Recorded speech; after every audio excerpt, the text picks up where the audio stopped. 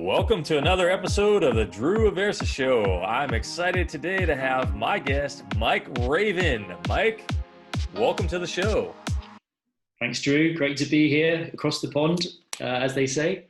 Yeah, across the pond, and you and I met in another pond called Belize when we were both down there vacationing, enjoying lobster, life on a budget, staying at some low budget places right there on Key Cocker and enjoying, I think, what was it, the Lobster Festival when they had the big Belizean Lobster Festival that year?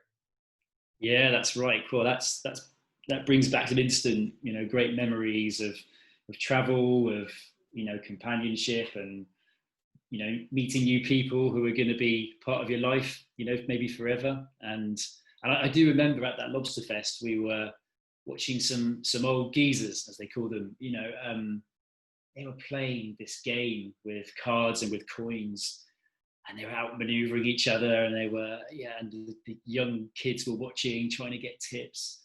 Don't know if you remember that, but that was great. And I was Well, thinking, I think you just said old geezers, and in America, everything is so overly sensitive nowadays, Mike. So you're meaning people that are young at heart, right?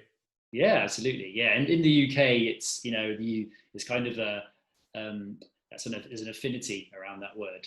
I think it's they're wise as well. Absolutely. Glad we could clarify that for the audience. Yeah. So the lobster was great, and I really loved the cake lady. The cake lady baked over 20 cakes a day, and I probably had about 20 slices a day because they were around $1. So the cake lady on Key Cocker was fantastic. Well, I wish I could remember her because I do love a cake, but that one's gone for me. Maybe that was just you. Maybe you ate all the cakes and you didn't leave any for us. I don't, yeah, I'm bad at sharing my desserts. So you've had quite an amazing experience, Mike. And one of the things that I would talk about on my show is life and leadership. So from the time that we met in Belize years and years ago, you actually went on a self-discovery journey as well as a journey to elevate yourself in your career on a program called Remote Year.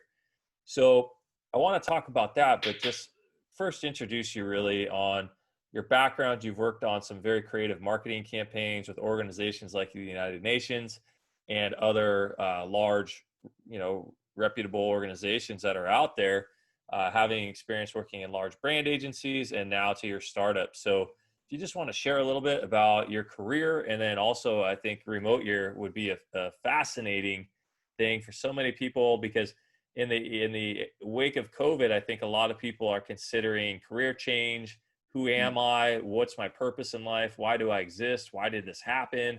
And what do they want to do next? Because we're in a massive time of transformation. Industries as we know it will be transformed. Some will be just gone completely. And you, I think, learned a ton on that trip. So can't wait to hear it. Yeah, thanks. So yeah, I'll reverse a bit. And so the first sort of part of my career, so the first 10 to 15 years was heavily in marketing, like you said, marketing and brand. I worked both client side for huge global consumer electronic companies, and then agency side again with technology companies, and worked with the best from Cisco to Apple to Microsoft, Xbox, and yeah, I learned a ton. But really, what I began to realize is that I was spending my energy and my unique abilities on trying to convince more people to consume more stuff that they didn't really need. So I had that crisis of conscience, which I think a lot of people do, at certain points in their life. So I was around 30 at the time, and that really sparked my travel. So that's where we met, Drew. And for me, that travel was about discovery. What's some of my purpose and my next journey. I think and just a side note, I think a lot of that rests upon the recognizing how important some of the people that you meet on your journey are. I think there's perhaps times when we misinterpret how important a even a fleeting relationship might be with, with somebody. You know, it could be just that one line of advice that you needed, or it might even be just seeing the impact someone else has had. And when I returned to the UK after a year, I was lucky to meet a guy who had what I saw as a really strong moral compass and aligned mindsets and aligned ambitions. So we got together and helped scale that agency. We went from working with local clients in the UK to working with the UN system, with Sony, Reuters, and that journey into the UN system that you mentioned, Drew, was really important because they had just introduced the global goals. So globalgoals.org, if you're not aware of them. And for us, it was like, great, we've got a to-do list. The world has a to-do list. And if you're ever thinking about, well, I'm not absolutely certain what my purpose is, well, join onto the planet's purpose, what the planet needs. And at least then you're on a journey towards being useful, towards giving, towards contributing, rather than being the consuming that I think I was at some point. So really privileged to work with some great companies and people. We then moved on from that agency, sold the agency, and started a consultancy business that was focused on innovation and innovation sprints for those global goals and for companies to think about actually what's coming. There's so much change coming that you need to expand your horizons. And that was a really interesting time in my life because it suddenly dawned on us. I was working with my now co-founder Ross at the time in these innovation sprints, and it wouldn't last. They would be a sprint, and then you a bit like Usain Bolt. He'd do the sprint, and then he'd do a lap of he'd do that lap of honor, and then what next? And like talk about what an innovation sprint is, though, for people. A lot of people are new to innovation right now, and I think so many people are being forced to innovate who may have never even thought about innovation. Yeah, absolutely, and it's a loaded word, isn't it? It can mean so many things, and for us, innovation was about how do you almost unlearn something and leverage what's there to create something new, something novel, but with the lens of doing that for good, right? Which is, I think, is really important. Sometimes it's not for profit. Profit is no bad word, but also for good. And we create these innovation sprints. Some people might be familiar with Google sprints. There's EXO sprints. There's all these different types out there of, and they kind of all do the same thing, but from a slightly different lens. And it could be we would go into an organization and a team, usually a leadership team, and work with them for 5 solid days. It is tough. It is working the brain in a completely different way, and getting some really quick results to think, wow, what if we did this in a completely different market, in a completely different vertical, that actually was doing good for the planet, doing good for our organization, doing good for our people. And for a lot of people, it's quite revolutionary. But does it last? What happens after that week? And when you see some wonderful transformations in people, what you want to do is see them last, at least, a percentage of it. So we soon realized, having spent some time in the sort of network around Singularity University near you in California, that there was this gap of adaptability. And that's where I am right now. We decided, 3 or 4 years ago, that our next big leap forward to help the planet, to help organizations, to help people in the future of work and the future of their careers and the future of society, was to pioneer research and work in AQ, in your adaptability quotient, to understand yourself better, to be able to adapt quicker, better and faster to change. And wow, we've all had to do that in the last few months, for quicker than we've ever had to before. I think that's fantastic, Mike, because a lot of focus right now is on emotional intelligence. However, it's great. Emotional intelligence is very important, but from a workforce, from a very macro standpoint, if people are not adaptable in today's workforce, we're going to have a lot of problems, don't you think? Oh, I absolutely think it's there. It's on us. What the pandemic has done is it's fast forwarded history, and it's fast forwarded our need for greater adaptability. And the thing I'd like to touch on is mental health, and I know that's important to you as well, Drew.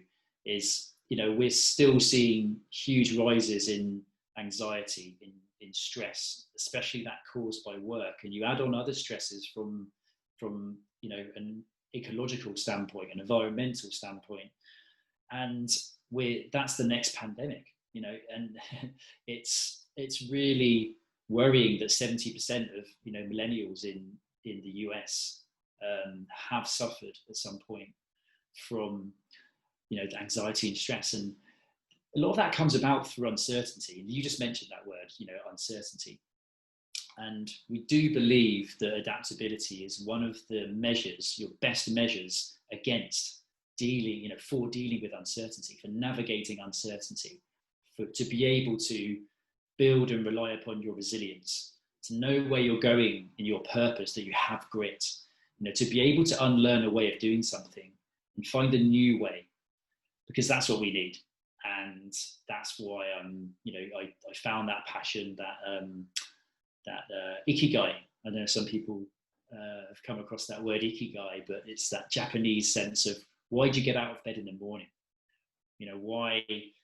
What are you doing to contribute to the planet that also earns you a living, that brings you joy, that allows your imagination to flourish, all those things. I think it's really interesting, Mike, because, people forget history, right? And my grandfather was a World War II, Battle of the Bulge veteran. Then, one of my uncles was in the Vietnam War, and then friends went to Iraq, Afghanistan. So war has been around since biblical times, floods, plagues, all these things, it repeats over and over again. But people live in this kind of naive reality or a false reality that, oh, it's not going to happen.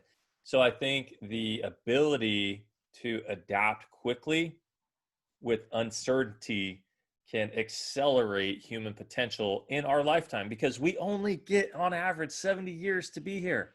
On average, in developed countries, people are living around 70 years on average. Mm. So do you want to spend 5-10 years of your human existence worrying about change, worrying about not living your purpose, worrying about financial insecurity, worry, or do you want to thrive? Yeah, exactly. It's a journey from survival through those 70 years to a pathway to thriving, right? And it's easier said than done. It's really easy to say these things, but the majority of us, the majority of the world isn't in that position. And that's where some really radical change, I believe, needs to happen. But some radical change happens incrementally, happens with small steps and repeated over and over to form new habits. For me, connecting to a higher consciousness, connecting to our own compassion, to build again threaded communities that join together, where we have a role in that community. We all seek that role to belong, right? To belong. And I bet if you ask most people here, if they about their communities, about their belonging, that there's a struggle, that there's a big struggle. And if you take that from the lens of an organization, what's your belonging inside that? There's evidence to suggest they're getting more disconnected, not more connected, and that means we're going in the wrong direction. So I think there's some what if questions that are required, to understand what's possible. What if you could live in a world that you might imagine? What if we could live in those wonderfully connected, compassionate, belonging communities and societies? What if things weren't as they are? And it has to start with that imagination. Um, and it's our creativity that enables that imagination. And actually, we're taught through the majority of our lives, through the education systems that are now in place, to stifle that imagination. Go and watch Netflix. You won't need your imagination. Go and scroll through Facebook, scroll through Instagram, watch TikTok, and for 2 hours a day. That's going to stifle your imagination. But if you get in conversation, if you go out into the wild with people, if you travel, if you sit down and ask your parents or grandparents for their stories, something different will happen. I heard a great phrase from Amanda Scott. Her name is really great, forward-thinking person over here in the UK. And she talks about what fires together wires together. So if things fire in your brain, if you do them enough times intentionally, it will create new pathways. And those new pathways could be good ones, it could be bad ones. It depends on the decisions that we make in our now, in our everyday, of who we're going to spend time with, what we're going to talk about, what activities are we going to do, where am I going to set my intentions, and what am I going to put my unique abilities. And we all have them. So most of us haven't discovered them yet. I don't think I have. And I'm nearly 40. I'm still waiting for you to be a stand-up comedian. Oh, I think those days have long gone. But I do have some bad dad jokes, of course. So yeah, I think there's a journey to go on for humanity, right?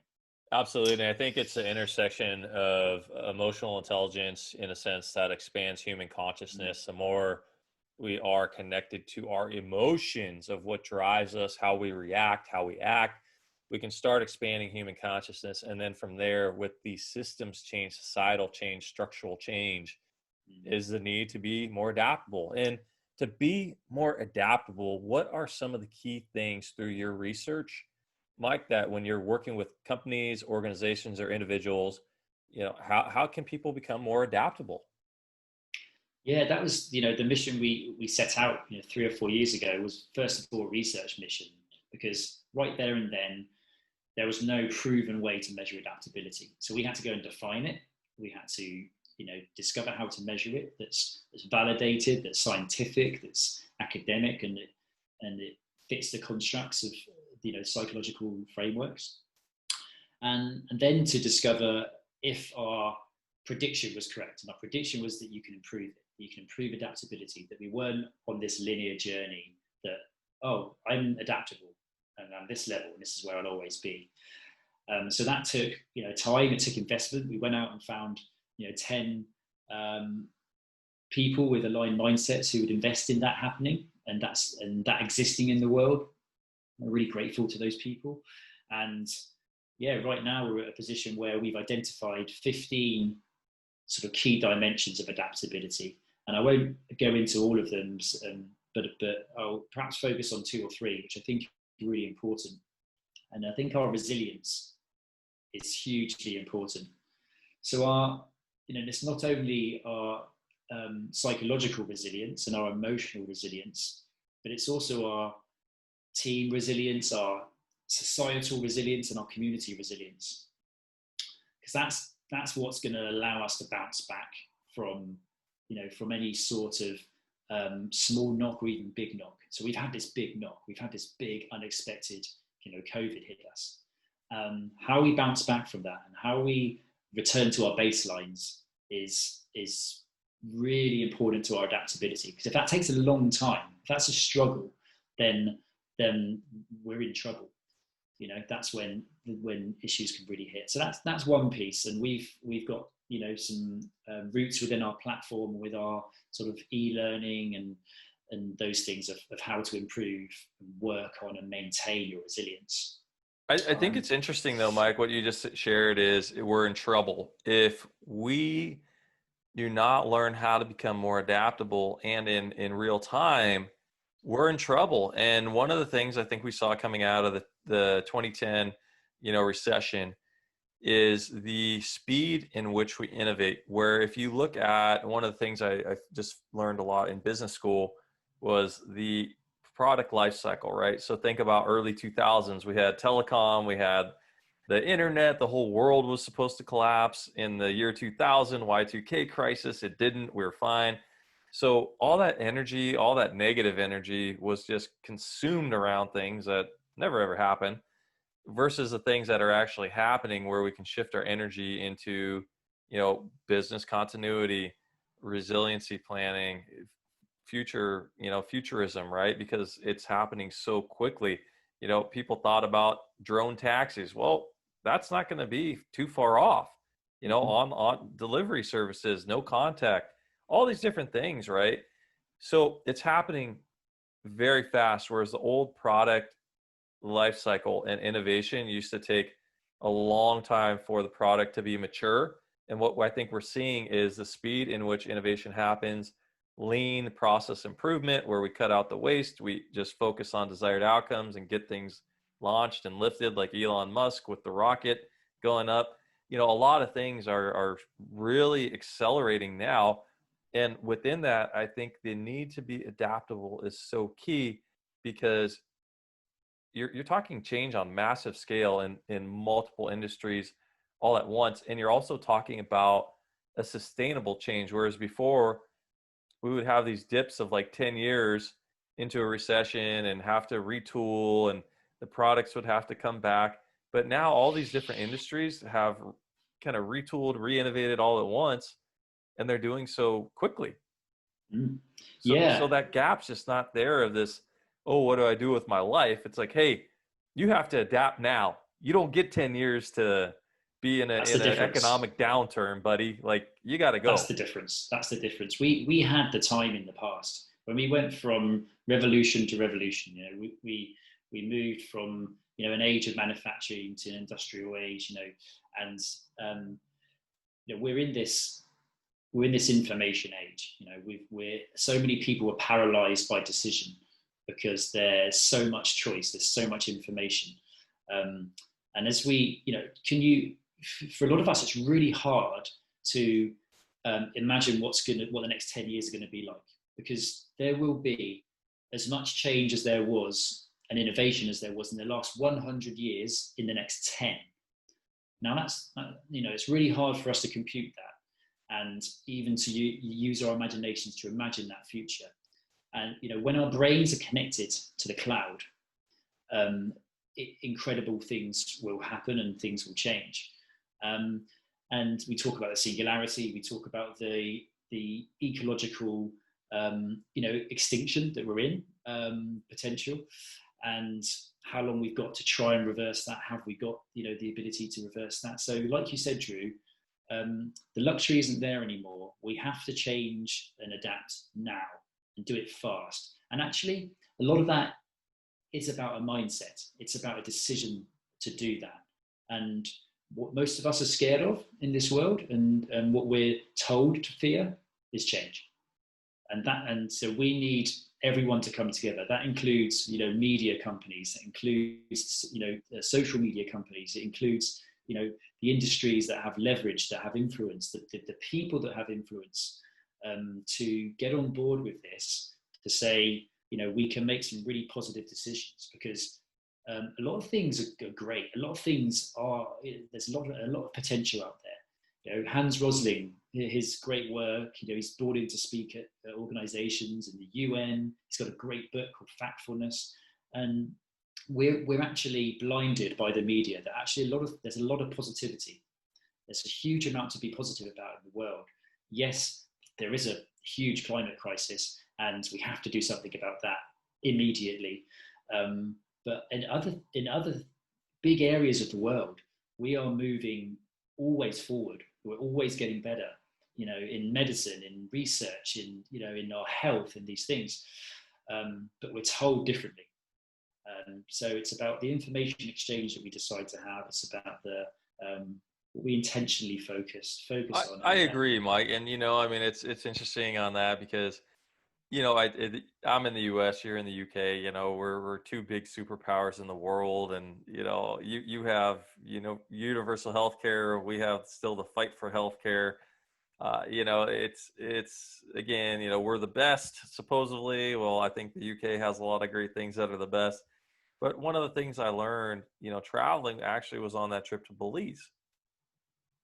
What happened to me in Belize when I left you? Quite a lot of things. It was a big sort of transition in your life, wasn't it? Well, Um, the healthcare piece. well, you went into a massive trauma, really, Yeah, I um, nearly died. and I think for which just shows you don't know what's around the corner. There was no way during our time in Belize that you were expecting that, No, and I went away thinking, well, what a so much I could learn from this guy on his outlook on life, and then you just don't know what's around the corner, and you've got to treasure every moment, treasure your health. You know about me. On that journey of that year that we met, I made the decision to become a naturopath.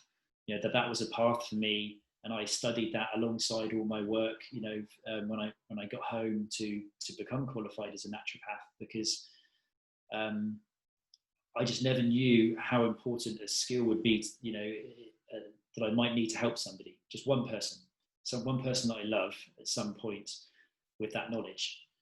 Um, so many things can happen, and your journey that you've been on since that has been. We get to catch up every, maybe sometimes it's been 6 months, sometimes it's been a year, but the stories of the change in someone's life during those short windows can be incredible, can be you know overwhelming for some people.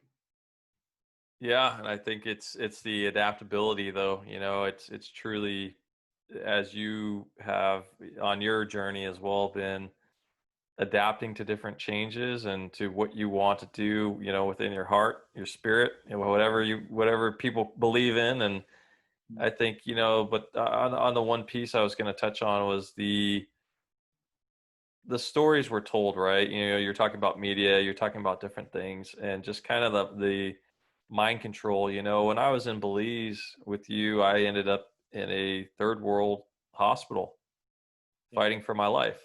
And I was scared. I It was a very interesting time, very, very spiritual awakening, as they say, on things. And with that, what I learned is, the hospital kept me alive. And then I was at Miami to a first world hospital. So some of these stories that were told, of don't travel because, you'll die, or this will happen or that'll happen. I'm living proof that you have to take risk, that you'll be kept alive and you'll get to the US hospital, right? So the story though is powerful because I wasn't a big traveler before that trip. And when I went on that trip, I met you. We have a great friendship years and years later. But the story, so I think people, if you're listening, be mindful in the stories that you're telling yourself, because if you want to be more adaptable, if you want to have more change and embrace change, you have to take risk. And sometimes the risk may be up to your life. And in the end, I'm still here. Mike, you're still here. And we've learned so much about, and just in that one moment, about life, about healthcare, about my purpose, about my faith, about my views on God, just some of the highest things in life outside of business that you have to learn on a human journey. I learned in those trying moments in life. And I also had to become adaptable, learning how to eat papaya. I hated papaya. That was the only fruit that they would give me in the hospital in Belize, because they don't have a kitchen in the hospital. So the local person cooks, right? And I remember the nurse, she looked at me, she says, "You're so big and they don't give you that much food." I said, "No, ma'am, I would love more than one pancake every morning for breakfast." She said, "Okay, I'm going to get you more food." and I'll get you more papaya. I hated papaya, but to survive, I had to eat more papaya. And I ended up loving papaya later because I became adaptable to a new palate. Yeah, So I it might think have saved adaptive, you. it It's might have saved me. part of what saved you. Papaya. Who knows? You know, Papaya. the magic inside the fruit of our planet is incredible and so unknown by the majority of people. I think it just shows though, right? Like adaptability is all the way down to eating papaya to big systems change. Yeah, and I think you touched on something there which is really important to just mention, that you know big adaptation happened for you, big changes were required as a result of a lot of pressure, a lot of extremity. It took an extreme situation to force some change, and it's the same for me. It's the same for lots and lots of people out there, and it's the same for our society, that it'll take extreme circumstances to create change. Just take one example of COVID has now forced and fast forwarded the remote working sort of revolution of flexible working, and that would only have happened under these extreme circumstances. The grounding of huge amounts of fuel guzzling planes, and lifting all the fog from Mumbai or from our cities would only have happened under these extreme circumstances. So under extreme pressures of complex systems, there's an opportunity for massive, fast change, and we can't ignore that right now. It's such an opportunity. It really is. I agree, Mike. And we were talking about things too with just being a digital nomad, right? I mean, the system's not designed to be flexible, right? Because it's, hey, you have to have an address in this country in this specific city, and we have to trace you down to XYZ. Well, what if you're a person of the world? What if how do you get health insurance? What city are you supposed to apply for your health insurance in? What area are you supposed to get your mail? All these little things, right? And then we're seeing this with the work from home, where you can hire people now around the world. You can have a talent pool around the world because we're connected through technology. So a lot of these things are changing. Do you have to hire somebody in the same city now? Or can you open up the job search and hire people around the world who are truly creative and passionate and are the right person for your brand fit? Yeah, I know we've spoken before about that opportunity. That talent pool just expands, and I thought it was a joke when I first saw Remote Year pop up on my feed. This opportunity to travel the world, month by month, to a different city in a different country with 60 strangers. This must be a joke. This doesn't exist. And this was 5 years ago, and 4 or 5 years ago. And I said, well, I have to inquire just to see what's going on. And we either decide that our circumstances are the catalyst for something, or we decide that our mindset is the catalyst for something.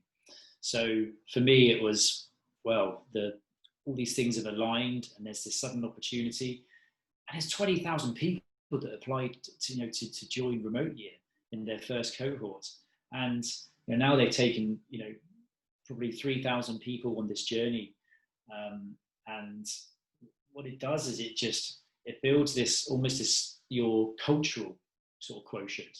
This how well can you listen to, adapt to, and become part of a different culture. How long does that take? And I know organizations face this as well as they go through culture change. How adaptable are your people to embrace a new, different culture? And I found that so interesting in Remote Year. First of all, you've got to adapt to 60 new people who become your family for a year. Then you've got to adapt to every 4 weeks to a new city, a new apartment, a new office, so there's a new language. Where's my gym? Where do I get my food from? What do people eat here? what's funny here? What's humor look like? You know, what's offensive here? What do people wear? You know, and all those things I think And I'm really grateful Australia? for. Did you get to Australia? No, I've been to Australia twice Yeah. through different traveling, but not as part of remote So uni. the thing I learned too, some of these countries, if you don't make it on mealtime to the restaurant, they shut down in the afternoon. There is no Uber Eats. Oh yeah, absolutely, yeah, yeah. But you know, the world's adapted now to that, hasn't it? You know, this explosion of you know food on demand, of you know last mile delivery. We've seen unicorns popping up, you know, all over the world in these. I think one of the most invested companies in the world in Singapore and Malaysia is one of these. Um, and you know, we're getting even more convenience, aren't we? You know, we've got the opportunity to be even more lazy if we want to. Not sure that's a Mike, good thing. I love the conversation. We have to wrap it up, my friend. Anything you want to leave, your final nugget, your words of wisdom for the audience, people listening, as well as how can they get in contact with you? Absolutely. Well, I would just encourage people to think about um, their intentions behind adapting. Look up the phrase ikigai, and if you haven't found your purpose yet, start to think Can you about that. please spell There's that for them? Raven, ikigai. right? You have the Yes. UK accent. Okay. Americans, they have a hard time sometimes. So, Okay. It's Ikigai. So that's it's the Japanese word. It's really interesting. There's lots of programs going on in businesses now that are focusing on your ikigai. Um, so that would be some advice. I'd love to support any of your listeners and your community with their adaptability. So we'll discuss after the podcast, you know, how I can offer that, you know, perhaps really easily and complementary to your listeners, because I believe that the more people that join this AQ and adaptability movement, the more chance we've got towards happiness, towards that idea of thriving. So my business is at aqai.io. So come check us out, and I'm sure there'll be a route to discovering your own adaptability and improving it for all of your listeners. Mike Raven, the adaptability expert. Thank you so much for being on the show, Mike. It's wonderful to catch up with you as always. And I am sure a lot of people learn how to become more adaptable. Pleasure is mine. I love you, man. Take care. Love you too, brother.